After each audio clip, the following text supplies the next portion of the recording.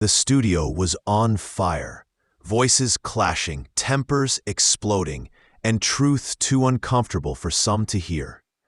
Former Labour insider Paul Richards, ex-Met detective Peter Bleksley, and fiery journalist Linda Jubilee went head-to-head in a blistering debate that tore the mask off Britain's political double standards. Bleksley thundered that Labour had lost its moral compass. Linda accused the government of turning a blind eye to hate, while Paul, visibly cornered, tried to defend Keir Starmer's silence over the far-left violence that rocked London after the pro-Gaza arrests. Then, one explosive comment stopped the room cold. Even the host froze. So what exactly was said in that jaw-dropping moment?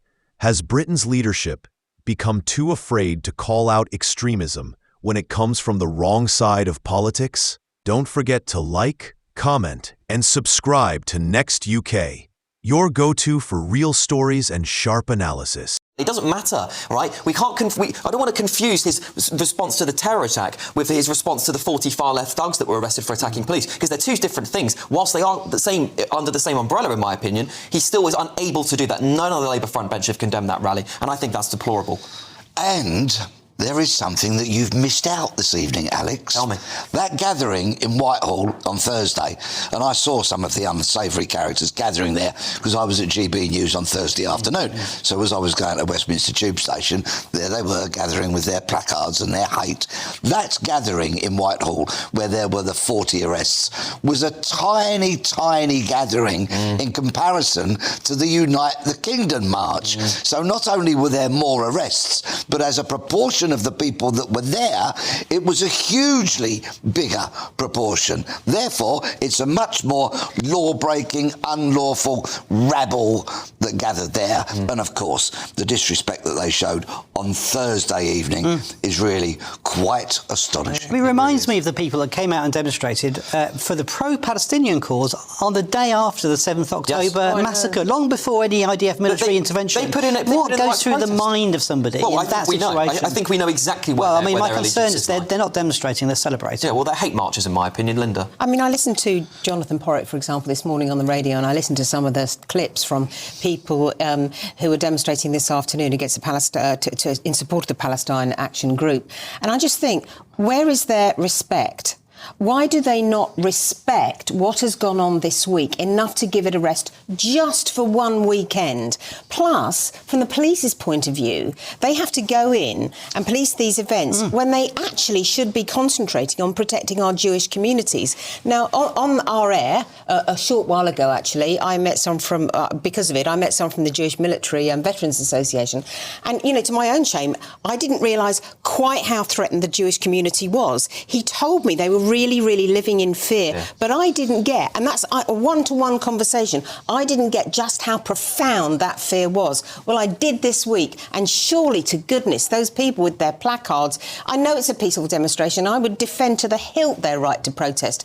But, you know, where's their respect? I mean, that raises an interesting point, which is why can't the government ban these kinds of protests? Even for, well, the law is not clear on this. And well, I think they banned EDL protests before, by the way. There's plenty of public I think that you could certainly have maybe a 30-day moratorium or something. Lord Wolney did a report into extremism, and one of his recommendations was that the government should be able to ban those kinds of demonstrations, which are clearly provocative and hate-fuelled. And yes, we will all defend freedom of speech. We will all defend the right to demonstrate, but it's not unlimited, and there are moments when it has to be curtailed, I would say. To answer your question, by the way, why they're there, we're going to talk about that at 10 o'clock, because I've got footage. I asked them, what do you think you're doing here on this week of all the weeks, and what do they think of the people that celebrated? At the last count, today's protest in Trafalgar Square, there were 355 arrests. Now, many of those people sit down on the ground deliberately and are non-cooperative. They don't get up and walk off with the police officers. You'll see that as well. We have that. It does. One on each limb and one on the head, so that it doesn't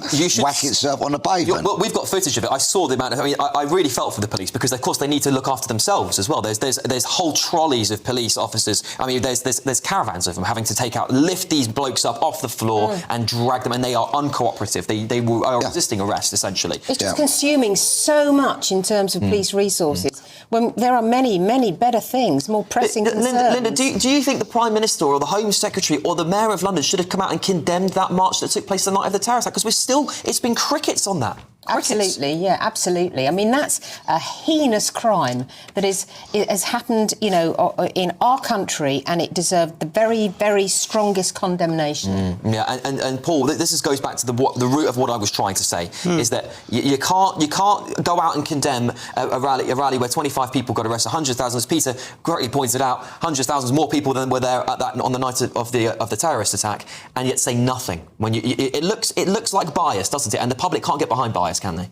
Well, I mean, there's been a debate around two-tier policing, but I mean, these demonstrators, there's no doubt at all. There's no two-tier policing there. They've gone in, they've been arrested in their two-tier care. They've been arrested in the hundreds, quite rightly, in my humble opinion. But I just wonder again, what goes through the mind of somebody? What are they trying to achieve? You know, well, trust me, you're ducking the issue, though, Paul, because obviously we know this government will never condemn a march in such terms that it does.